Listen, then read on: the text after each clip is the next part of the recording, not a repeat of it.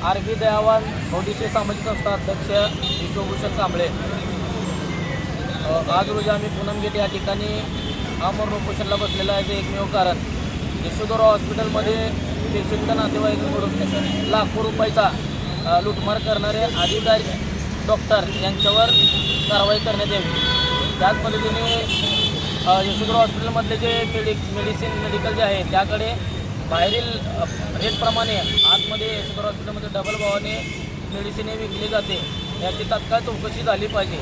आणि जे बाहेरून कर्नाटक महाराष्ट्रातून येणारे जे पेशंट आहेत ते सिव्हिल हॉस्पिटलमध्ये न नेता ते डायरेक्ट खाजगी रुग्णालय यशोधरा हॉस्पिटल या ठिकाणी नेलं जाते।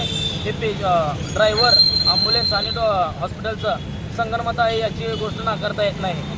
आणि जे शासनाच्या विविध योजनेअंतर्गत चालू असलेले जी योजना आहेत ते पेशंटच्या नातेवाईकांकडून पैसे घेतले जात आहे आणि त्यांचं आधार कार्ड घेऊन शासनाकडनंही लाखो रुपये या लोकांनी अप्रूव्हल घेऊन घेतलं जाते। म्हणजे जेणेकरून हे आपल्यासाठी एक रुग्णसेवक देवता आपण ज्यांना मानला जातो आहे, परंतु हे लोक त्या रुग्णांची रुग्णसेवा करण्याऐवजी लाखो रुपये फसवून त्यांना आर्थिक पिळवणूक केली जाते। या सगळ्यांची चौकशी झाली पाहिजे।